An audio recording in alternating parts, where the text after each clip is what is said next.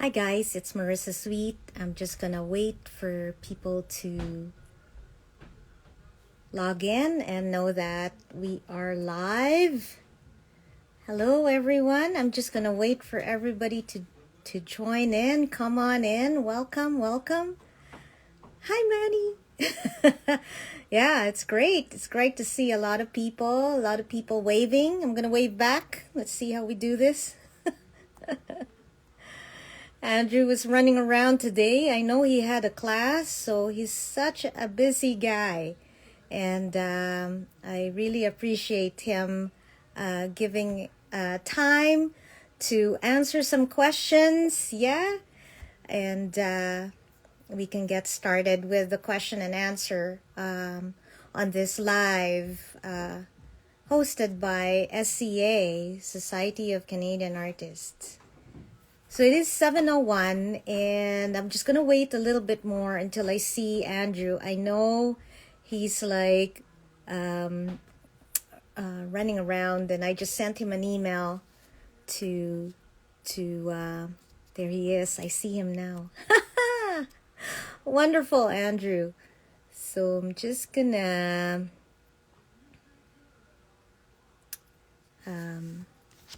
get you to join up, and we can see if I can send you the request, Andrew.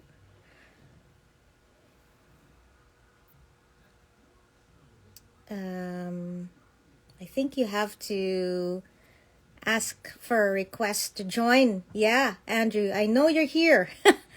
There should be a link so you can join, because I can't do it from my side.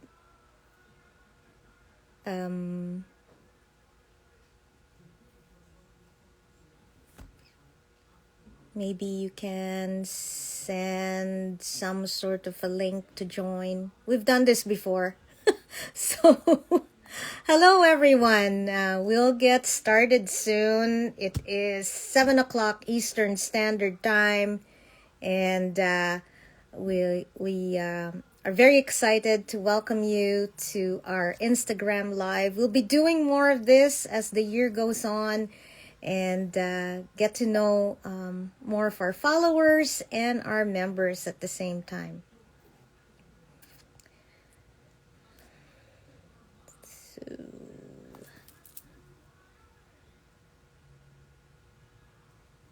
Andrew, I wonder if you can find something, come on in again, and then join so I can connect you.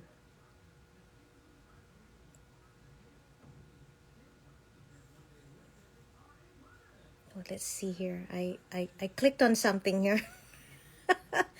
I can invite you.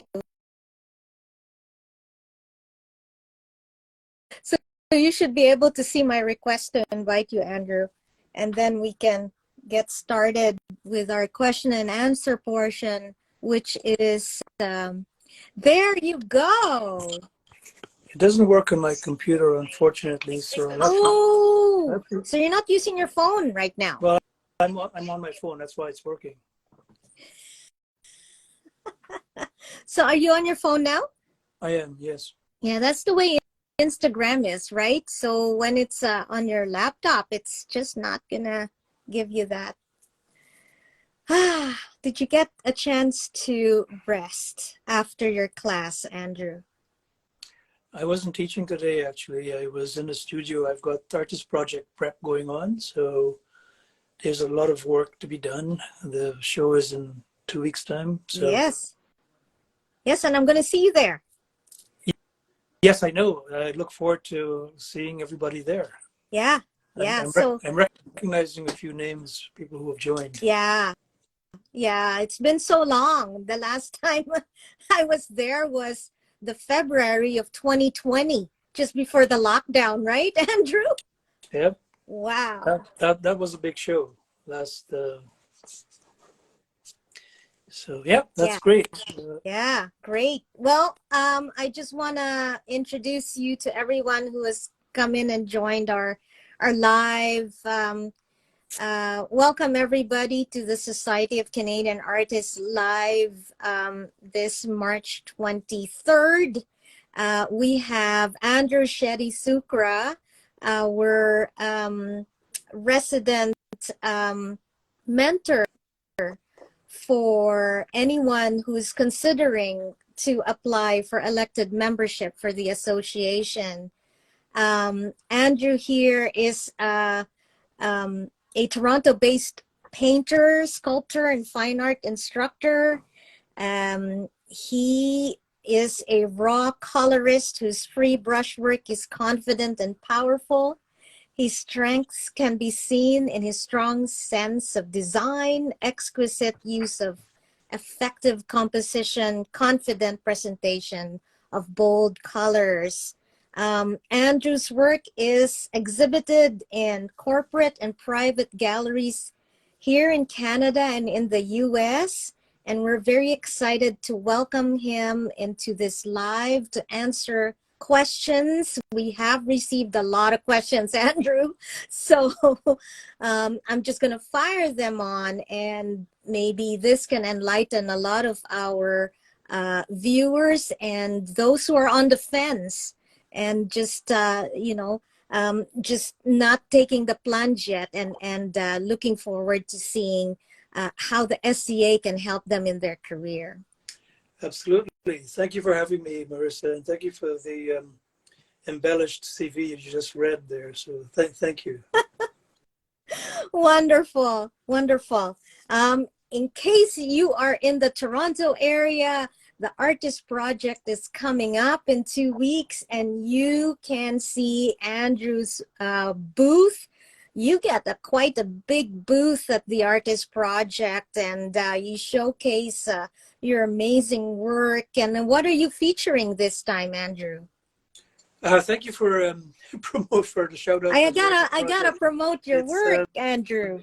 It's my biggest show of the year, and I'll be showcasing work from my two trips, the Nahanni River in the Northwest Territories last August.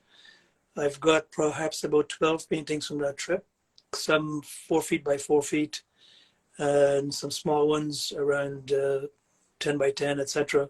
Also, my second favorite place, actually, I shouldn't number them because they're all my favorite places to go and paint. Algonquin Park. Yes. Thompson Country. I know you're a big fan of that area as well too. So I go there quite often, sometimes 2 or 3 times a year, and I'll be showcasing pieces from there as well too. Nice. I'm excited to see it. Definitely. So yeah, definitely straight to your booth when I get to the Artist Project in Toronto. Well, there are lots of other fabulous artists there, but in case you have time, drop by booth 205. That's where I'll be. 205. So you're close to the front. Very close right? to the front. That's great. Excellent. Well, I'm looking forward to it, and I'm sure a lot of artists are looking forward to seeing your work, especially here in Ontario, and they can make it to the Toronto Artist Project. Absolutely. Okay, Andrew. So let's dive into some questions here. So this live here is a follow-up to the interview I did with you last February 21st, I believe. But this live will focus more on the questions that we receive all the time from those who are seeking elected status. So first question is, how can being an SCA elected member help an artist in their career? Would it be by seeking grants, their reputation, exposure to juried shows, gallery representation? Just how can the SCA elected membership help them in their career? So thank you for that question, Marissa. Anytime you are able to say or to have that designation behind your name of having gone through a jury process, a jury of your peers, and or juried by established artists and curators, people who uh, are trained to recognize a substantial body of work. And if you can get through that process of adjudication and be accepted into an organization such as the SCA, it carries considerable weight in your application for grants, for jury shows, etc. Mind you, if you are applying for entry into a jury show, your CV has a part to play in that, but it's the quality of the work. However, I would say that if you can apply, if you apply to a jury show and the juror or the curator sees that this person is a member of the SCA, okay, this work then, without even seeing the body of work, they will say this is a high quality of work, and that weight will be a positive one for you as you go through the process. Yeah, that's right. So does seeing that, the SCA designation behind your name, it would prove that you went through a jury process already within the association. So it knows that, from just seeing that, they would know right away that um, you have been juried in to a national association, and that your work is of good standing, good merit. Absolutely, absolutely, Yeah. yes. And the SCA enjoys a very solid reputation in the art world. Sadly, if I may just point out something, one of the founding members of the SCA died last week. Her name is Ina Gilbert. Sadly, she was a very good friend of mine, and she hadn't been well for a few years. So, but she, along with I think two other people, started the SCA quite some time ago, and they've worked very hard to establish it in Canada. So it's done very well over the years. Yes, 65 years, Yes. Andrew. Yeah, Yeah. So we have something to be proud of, indeed. absolutely, Yeah, absolutely. definitely. In your own personal experience, Andrew, how has the SCA designation helped you in your own career, just personally speaking? Did Well, that designation has helped me. Well, the inclusion and membership of the SC has helped me a great deal. One, in different forms, of course. One, I was able to interact with some fabulous artists at member shows, as well as forums that the SCA puts on, and sharing expertise that way, as well as when I put it on my CV, someone is reading that CV and saying, "Oh, this gentleman not only took the time to apply to this established organization, in other words, the SCA, but the jury of his peers who are on that committee was tasked with keeping the standards high for the SCA, has accepted him in there. Therefore, looks aside, he must be worth something." yeah. Yeah, it's helped me a great deal in my application for status in other organizations. It looks good on my CV. I've had people comment on it, and they've asked me what is it like being there, and I tell them what I just said earlier on. The opportunity to interact with some very fine fellow artists has helped me a great deal in my career. Yes. It's because we tend to look at our own easels far too much, and when we step back and take a look at and hang out with and exhibit with other artists, we help ourselves, and we make the art community that much richer. That's right. That's right. For me personally, it has helped me when I am applying to teach somewhere, because I am an instructor as well, just like you, Andrew.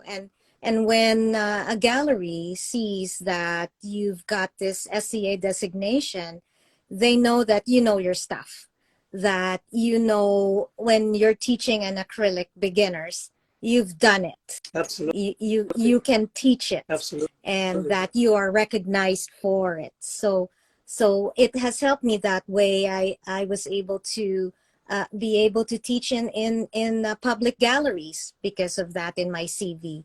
So it has opened doors for me. Absolutely. Hmm. Absolutely. Yeah. So now, because of that, I get questions all the time for applying for the elected membership. People want to know, what is the difference between a biography and an artist statement? Right. Um, Excellent question. The biography, in my case, was where I lied barefacedly about what I've done over my artistic career. No, no, no. The biography is a history of what you've done, um, your designations, such as what school you've been to, etc., and where you've studied, which other organizations you belong in, etc. So you know that Yeah. that's a list of all of the things that you do, a description of the body of your of work. Your artist statement is your vision for your creative output. It is what it's the underpinning of what you then pour from your heart onto that canvas. It's your vision. It's your promise for the future. That is your artist statement. Mm. Yeah. So could you say that your artist statement is, what am I trying to portray, and why do I want to portray it this way? Could that be? Exactly. It is a statement of your brand and then your brand promise of how you do it and why you do it the way you do it. Yeah. So like a biography would be like your resume. I went to school in, ABC, and I did this and that and this and that. While the Absolutely. artist statement is like, I paint landscapes, for example, and my vision is to bring the outdoors into your home, something like that. Absolutely. But also to say, uh, my artist statement would talk about what moves me as an Oh, artist and what inspires me to do what I've done and continue to do and will do in the future. yeah. What I, moves you? I think I have mine here somewhere. I can Oh, I can't. It's on my phone. So maybe I'll maybe I'll find it on my computer, which is beside me here. Yeah. Yeah. Yeah, because a lot of people and they usually ask, that is it just one and the same? But it's really not. No, no, it isn't. Hmm. Are you Artist, looking for it? it's coming up. I'm just looking on my laptop here, because I just want to see if people have responded to my Facebook with people asking me, because I said, ask questions through here and I will get it. Okay, But you take a look at that. So my artist statement is brief, and it's in a way it's a bit complex, but it encapsulates what I try to do, and it touches at the core of what motivates me actually, not just in painting, but also in my social commentary, etc. And it says, all of my work is the result of an intense interview between my existence and that of my subjects. I would hope that the result be informed more by knowledge rather than mere belief. hmm, So, and I'll touch briefly on that because I talked about this the last time we had this discussion. Belief is more along the lines of the technical aspects of something that we do. We believe that if we do something like this, an action is going to follow from it. So we believe that. If, however, we talk about the word knowledge, knowledge goes back to the core of who we are. It's the very essence of our soul and our existence. So belief can be store-bought information from a teacher, for instance, from a book. And if we regurgitate something that we learned from somebody else without running it through the filter of who we are truly, then perhaps the work we are creating is not honestly who we are and of our existence, our core existence. So that's what my statement talks about. Everybody else's statement is, I've seen some extremely long artist statement. Yeah. It's not necessary to go into paragraphs and paragraphs of your statement. Distill it down to the very essence of what your objective is when you express yourself on that canvas or with sculpture, whether it's bronze or clay or whatever. And we'll talk a bit more about that in a bit, because when somebody's working in bronze, they still have a vision, and the process is perhaps a bit more extended than painting a canvas. But at the very essence, we all have that vision. We start out with an end in mind, and that vision will direct everything. So your artist statement should confirm who you are and promise something as your brand. This is what I promise to do as an artist. Okay. Wow. I've never heard it explained that way. So I'm learning a lot from you, Andrew. I hope it's right. Wow. That's excellent. Thank you. So I have more questions here. So, okay. In our entry conditions, we ask applicants to provide us with work completed in 3 years. How important is this 3-year mark? Why in the last 3 years do we ask that? Right. Why is it so that important? Yeah, I've seen that, and it actually is across the board, not just in the SCA, a lot of places, and also art exhibitions. If you're applying to a juried exhibition, they're looking for work completed in the last 3 years or 2 years.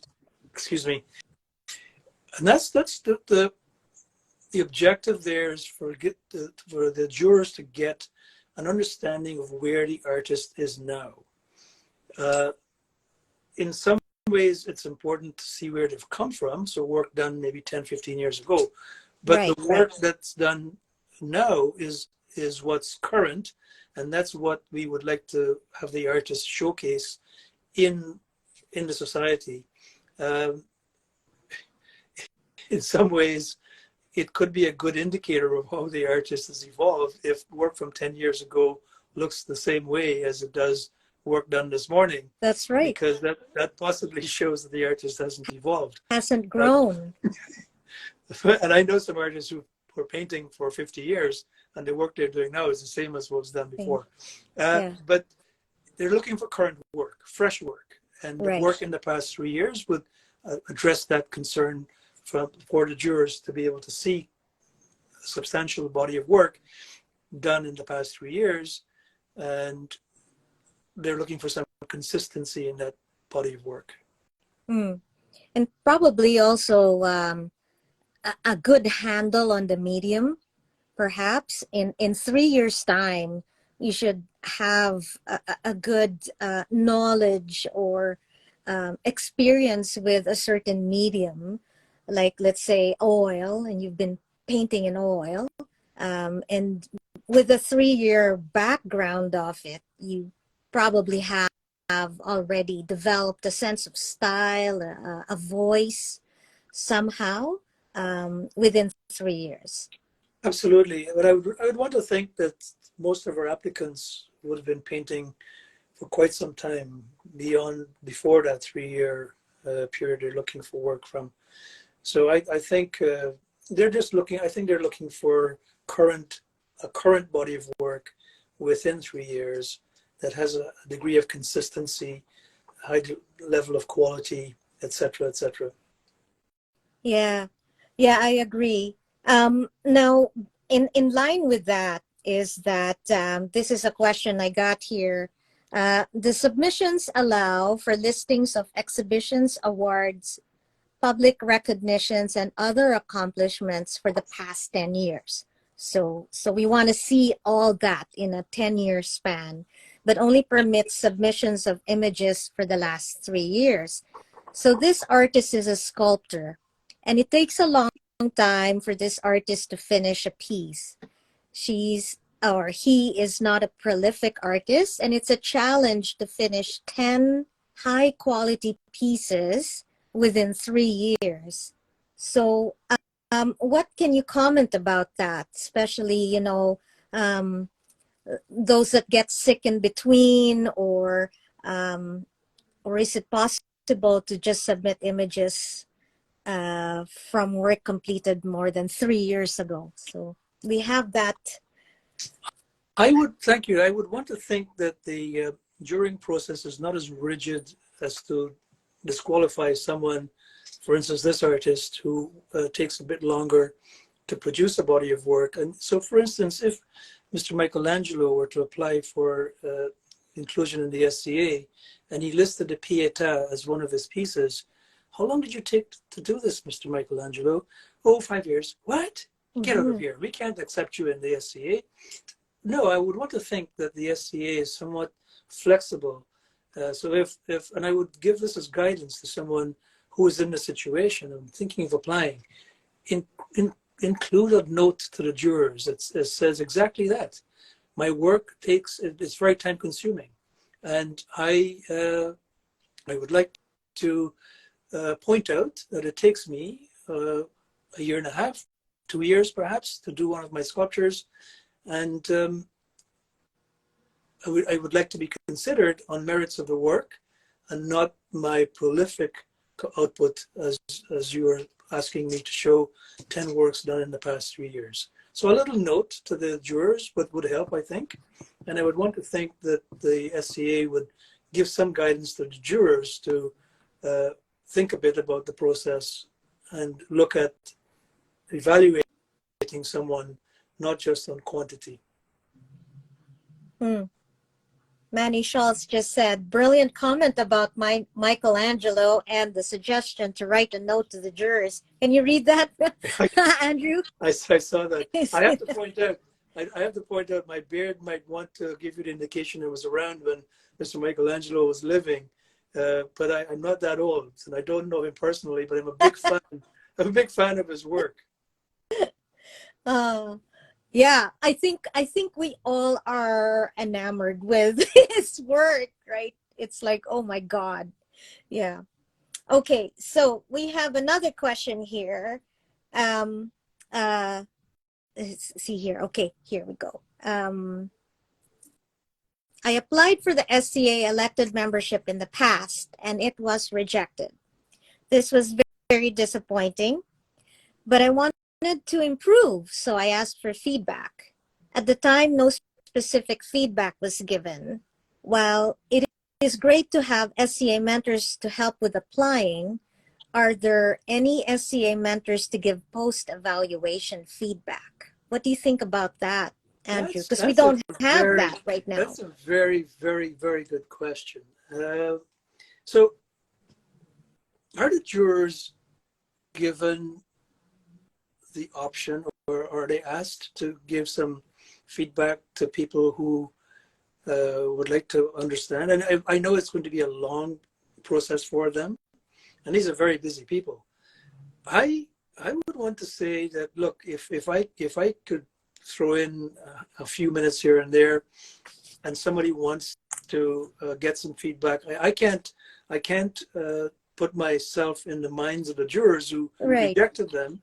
But I could look at the body of work, knowing what the criteria are for acceptance, and say, this is perhaps one of the reasons why, or these are the reasons why possibly they were not averse. They were averse to having you as member into this SCA. So I don't know. Maybe I could. Not that I have a lot of time on my hands, but if somebody wants to reach out and say, especially after the artist project. If they've been rejected, that's a hard word. If they've been rejected in the past, yes, then I will perhaps take a moment to take a look at the application. Yeah, I think it's well, our jurors are very busy. Every year we have 5 jurors nationwide, and we have 2 calls in a year. Yep. So, um, and there are jurors who do not have time Yep. to give any comment or any feedback. Yes, I know. And there are jurors that may on some and may not. So, do you recommend that we give that option to the juror, keep it open for them to do a comment on Perhaps, here yeah, and there? perhaps we put a limit on the number of people. If you get, say, 5 requests within the first 5 requests after the end of the jurying process, then those 5 will get some feedback. The process, these are very busy, and I know maybe there could be up to 20 people who are looking for feedback, Yeah. and it's not possible to do that. No. So you kind of broke a little bit there on Instagram. So could you repeat what you just mentioned? Because I kind of went a little mush. Do I have to start from when you said hi to me at the beginning? No. I forgot all about what I said. Anyway. No, just that we give the jurors that option, right, to so what comment. I was going to say is perhaps we should put a cap on the number of people who might be able to get some feedback from the jurors, and say maybe 5, and within the time frame when the jurying process results were announced, the first 5 might get some feedback. Some feedback. But you will need to talk to the jurors about that first, because as we talked about, these are extremely busy people. So. Yeah, and it's kind of hard to, after they do the jury process, it's very hard to catch them because they may be in a show somewhere or maybe teaching somewhere or even out of the country. So yep. It's kind of hard to chase, the jurors sometimes. So I like that suggestion, and we'll consider that and maybe discuss it further in the board and Absolutely. see. Absolutely. So I'm reading something here on a comment by Jan. Can you see it? In the past, I have been juried and had the option to tick a box requesting post-jury feedback. Okay. If there is enough requests for it, the jury would make provision or not. Would the jury make provision or not? I'm a little confused. In the past, I have been juried and had the option to tick a box requesting post-jury feed. Oh, okay, so let's say you jury, there should be a little box if you want feedback. So only those who check the box that they want feedback will receive feedback. That's true. That's a good option. So thank you for that. I just saw a comment about someone saying that it's unfair to put a cap on the numbers. Yeah, I guess it could be seen as being unfair if there are 20 people and all 20 would like to have feedback, but they couldn't type fast enough to get into the top 5. It would seem unfair, but I'm going to point out something that I think is important. I mentioned it the last time. When you're applying for membership in any organization, not just the SCA, or applying to get into a juried show, what I encourage people when I mentor artists who are thinking of this is to put yourself in the position of the jurors. The jurors have time, and they make how much time they need to put into this, to look at work and to make an informed decision. Beyond that, they might have time to give feedback as to why they chose not to accept a potential artist. But if we ask everyone who is being tasked with jurying a show to provide feedback to 20 people who are rejected, we're not going to get the jurors that we need to have a show like this, or not just a show, but inclusion in the membership. So I'm not sure if that's going to go over well with a potential juror who has to then stay back or respond to 20 people whose work, whose application was not accepted. So if we put ourselves in the seat of the juror, then we would say they took the time to jury my work, to assess it. From my point of view, if I am not accepted, I want to know why. All well and good. I've had my share of rejection, and I would love to know why my piece got in. I went to the show that I was rejected from, and I see work in there that, oh my goodness, I judge work too. Why is this accepted and mine wasn't? So for me to then go back and try and get feedback from the jurors, as much as I would love to, will they have the time? So my suggestion was to have the top five was offering some degree of a compromise between no feedback or some. If, as the person said, it's all or nothing, then I would say the jurors would be happy not to give any feedback because it's less time beyond. Sorry, it's more time beyond what they've already invested in the thing for them to give you feedback. Yeah. It is tough, isn't it, Andrew? Because you're looking at it as well as someone who's applying, and you're also looking at it as a juror, at the back end and all the work involved. So, but it's a very difficult process. We bare our souls every time we put hand to bronze or brush to canvas.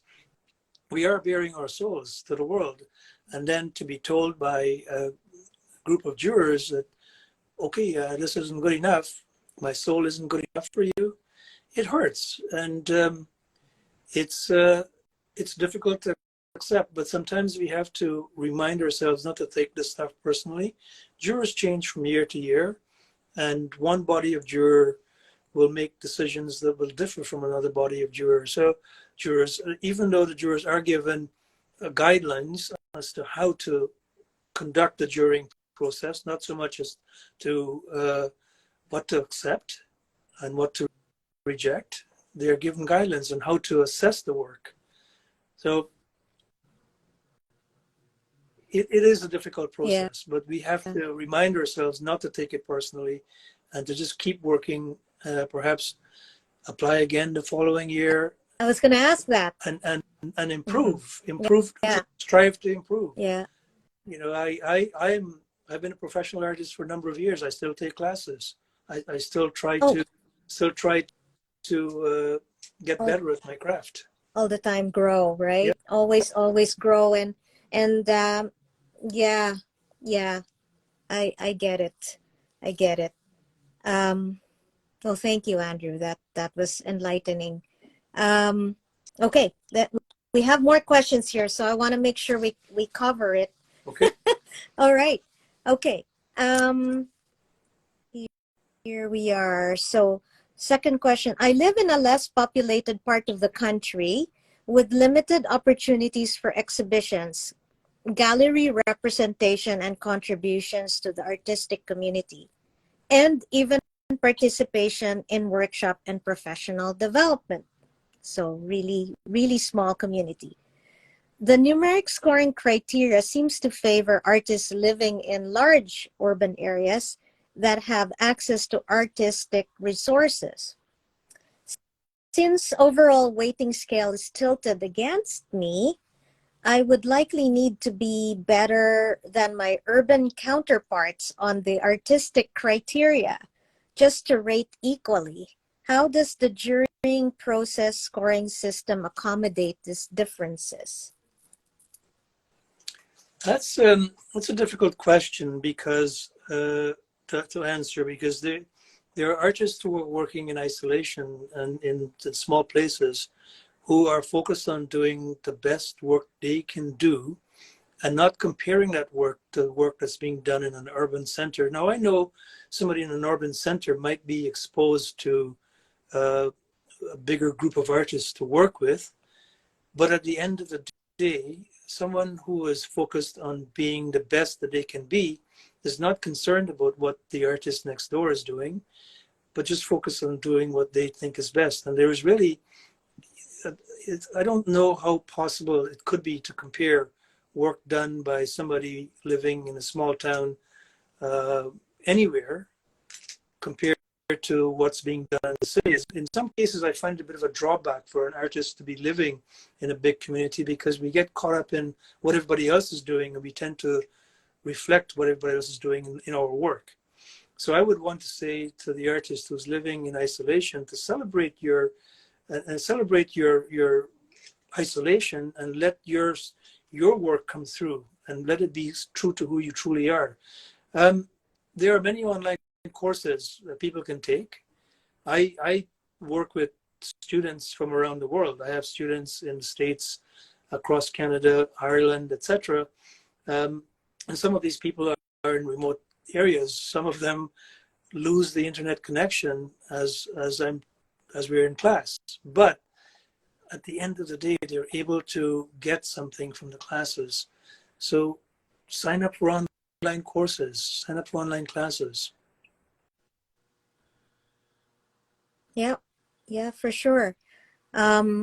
So I'm trying to, so you're suggesting that even though they're in an isolated area with limited opportunities for, all the other criteria, to be the best that they can be in terms of their art, to continue to grow and take courses and to improve in their particular field of Absolutely. expertise. Yep, absolutely. Yeah. Okay. Well, thank you, Andrew. All right. Now we go to another question here. I have seen many examples where someone will knock off multiple variations of the same subject matter and technique. Oh, there's your cat. Ivy just said hi to everybody. Okay, let's repeat Yes, that. I got. I was distracted by Ivy. So can you I repeat the got. question, please? I have seen many examples where someone will knock off multiple variations of the same subject or technique. So let's say it's a landscape. Yep. They did a close-up, they did a far shot, they did a this shot, they did a that shot, but same subject matter or technique. The work ends up looking somewhat refined, but doesn't show much creative bandwidth. What is the difference between the SCA's aspirational consistency in thought and style and sameness? What Okay. is the difference between the SCA's aspirational consistency in thought and style? Well, I'm trying my best to understand the question. And I think there are several questions inherent in the one ask. Mm-hmm. Um, let's talk about sameness. Yeah, so Sameness, multiple variations of the same subject. right. Uh, that's perhaps going a bit far when we paint something the same way and just do that over and over again. If, however, the artist is showing a creative approach to expressing that one scene, for instance, if Banksy is doing social commentary, he's going to talk much about social commentary and the injustice of what's going on in the world and doing it over and over again. Uh, People like Ai Weiwei will be showing the same creativity in expressing the injustices visited on people, but it's at the core of what they do. They show it differently. They express themselves differently. When you're painting and you paint an apple and you paint it green one day and then you paint the apple rotting the next day, it's the same apple, but it's being shown in a different environment. So someone can argue, oh, it's the same apple.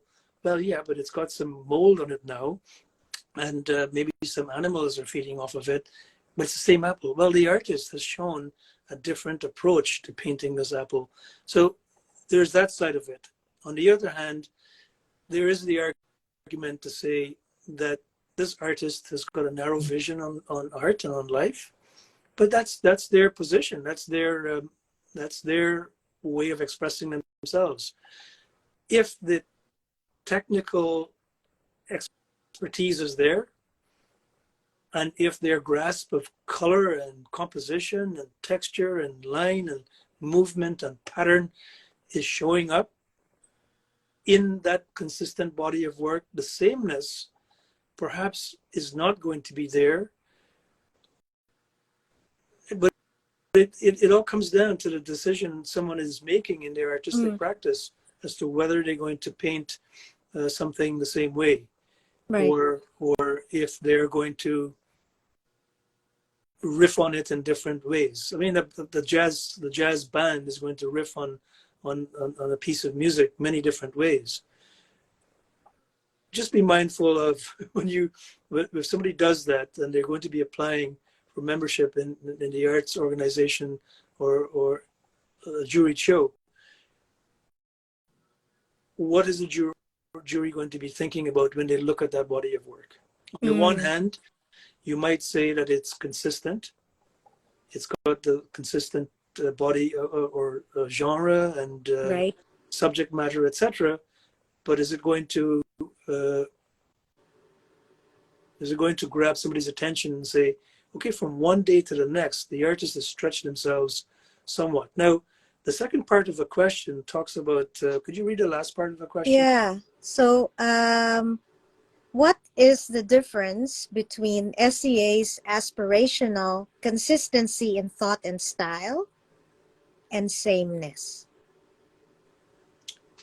Right. The SCA would like to see an artist. I would think, have an artist show that they are capable of expressing themselves truly and honestly as an artist, showing creativity and command of the medium that they're working in with a high degree of skill, and to show it within a consistent body of work for the process of this application and nothing else.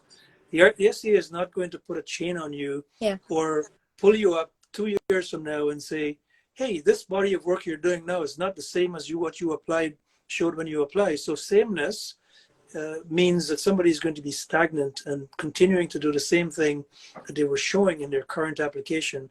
And the SCA does not in any way, shape, or form want that to happen for any artist, because artists, or people for that matter, we need to grow. We need to grow. We need to not stagnate. And sameness is a form of stagnation. Yeah, for sure. Yeah, I know. Like, there are those that focus on evening paintings, let's say, right? Yep. And they would paint a nocturne painting of a barn, let's say.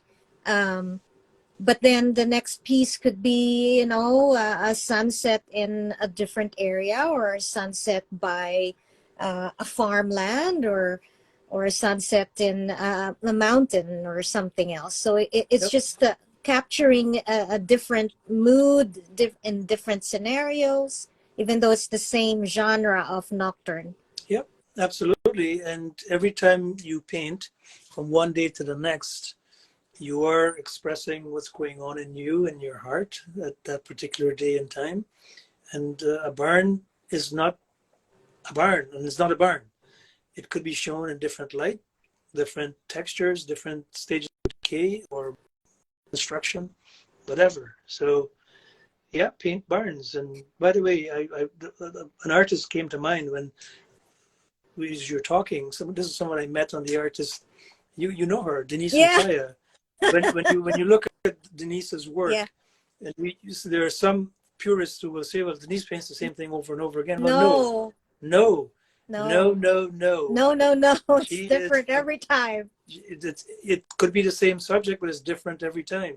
Yeah. Light, different angles, different composition, etc., etc. So different season, different time of day. Yeah, no, she was with me in the first round in Landscape Artist of the Year, really, Canada. Yeah. We were in the same round. She was with me. And she was with you at the finals. Was she in the finals? Yeah. Yeah. She was. Yeah. Yeah. Yeah, no, she's Yeah, excellent. that's Excellent. how I met her. She was in the finals. Yeah. Okay, so we have a few more minutes here. Okay, last question. Given Canada's wide geography, does the SCA encourage the establishment of area chapters? I would think yes, because the SCA is one of the true national organizations in Canada, arts organizations. We have membership in Newfoundland, in the East. Yes, I think we have membership Quebec. in Quebec. Mm-hmm. I don't know if we have any membership in Pili Island, which is the southernmost part of Mm. Canada. And I've been trying to get, I think we have a member in Nunavut, from what I remember. Ah, I seem to remember that from a few years back, somebody from Nunavut was thinking of joining, um, and may have joined. And I think we have membership in Haida Gwaii, which is the westernmost part of Canada. So we should check into that. But the SCA is actively encouraging, those chapters to be established and grow, and they're going mm-hmm. to be supported by the SCA. Yeah, definitely. Yeah, I would like that to happen actually. Absolutely. Yes. So, okay, there's one more question here. I use stock images from the internet as reference material for my paintings. Would these paintings be considered original artwork? And can they be submitted as a part of my 10 images? Another excellent question. This one has some legal ramifications attached to it. Yes. Uh, we need to be mindful of the source of those images, and yes, you could see an image and then try and copy it, but remember, you are looking at someone else's decision for composition. Unless you are going to change that composition uh, completely, then I think it's dishonest to try to copy somebody else's photograph. Yes. And even though if it's done to the best technical expertise you could muster, you're still using someone else's composition, subject matter, etc. Uh, I've been involved in situations where people, I mentioned this the last time, there was someone who purchased an image, a stock image, didn't paint it, ran it through a filter in Photoshop, the watercolor filter, and then entered it into several major organizations, juried art shows.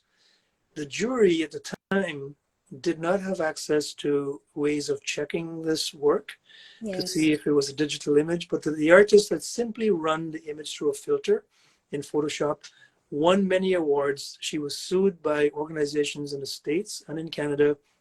She she had to refund the gold medals that she won, as well as the tens of thousands of dollars that she won in prize money. Had to refund it. So you take a risk when you do this kind of thing. Right. Not everybody's going to be caught, but this one person uh, was caught, and she was a professional. She wasn't even an artist. Well, she may have been an artist, but she was working in an office somewhere. I think in wherever, and came across this idea that she was going to do this. So coming back to the person who was asking that Yeah. question, I would say it's open territory, open field.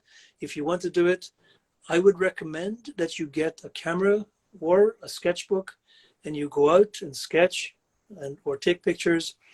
And there's nothing wrong with working from your own photographs. But if you are going to be a professional artist, I would strongly encourage you to not work from other people's photographs unless it's a commission. You need to have something that you can back yourself up with as a professional by simply saying that this is my work Yep. created from my reference Right. photograph and not purchased from the internet. Yes. If you want to use it as practice, by all means, practice. But when it comes to doing work that you're going to be putting your brand on the line and your brand Mm-hmm. integrity on the line, Mm-hmm. don't do it. Yeah. Yeah. in line with that too, Andrew, is that, okay, so let's say I, person A, like a photo from person B. I inquire and I write to person B, can I use your image to, let's say, to paint? Absolutely, And I will absolutely, acknowledge you. with their So permission, with their they have their permission, permission, and okay. you state in some way or the other, this was done from somebody else's reference photograph. Look, people who do commissions are doing that all the time. Mm-hmm. They're working from somebody else's photograph. Mm-hmm. That's totally fine. Mm-hmm. However, everything should be above board. Everything should be documented. I have their permission, and this is the work that was done. And if you are going to be working from somebody else's photograph, take the time to change your composition somewhat. Oh. Change your color, right, your texture, etc. Put in your own version. Put in yourself. Claim right? it to be yours. Yes, exactly. Yeah, but do you think that would be considered as part of their 10 images? Because they're really not from their work initially. We have no way of verifying Yeah. that. So we're asking people to be upfront Up about front. things like this. Yeah. And also to be honest. And by the way, all art should be honest. It has to come from your heart. It has to come and from if it you, doesn't come yeah. from here, it's not honest. It's not Right. artwork. So That's right. That's right. So there's a last question here. Is there a limited number of that is there a limited number that are accepted each year? There's no limit. there is no limit. No. There is no limit. You know, it depends on how many the jurors seem or deem or merit the SCA status. Yep. So there's no limit. So we can get, you know, as many as, I don't know, 30 in one call, or as little as 2 in one call. Yep. Yeah. Yeah. Absolutely. So Andrew, I think we're almost at 8, and I know Instagram's going to cut us off. Okay. So thank you, Manny. I just saw a comment from Manny. Thank you. Yeah, he said thank you, Andrew, for sharing your insights, and Marissa for hosting the event. Yay! Yes, Marissa, thank you, Manny. Again, it's a lot of hard work. You have a lot on your plate. Besides being president, and also your art practice, you're out and about in the bush painting constantly. Yes. In swamps all over Algonquin Park, your backyard, everywhere. Yeah, I know. Thank you, Andrew. You take the time to help us out. Thank you. Well, to the members for sure, and to new members, we encourage you to join the SCA either as an associate or apply for an elected status. We try to reach all of you and gain your trust and your beautiful artwork in our group. So we're almost up, but one more minute with you, Andrew. What can you say to those who are on the fence in applying? Step over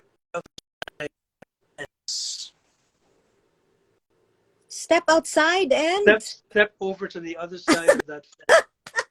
Step over to the other side. The grass is really greener over there. Yeah, it's excellent. It's a bit of green gold mixed with some lemon yellow and some titanium white. Excellent. And cobalt teal, which I love. Cobalt teal. I love cobalt teal and yellow. And that's the color of your hat right now. That's right. That's right.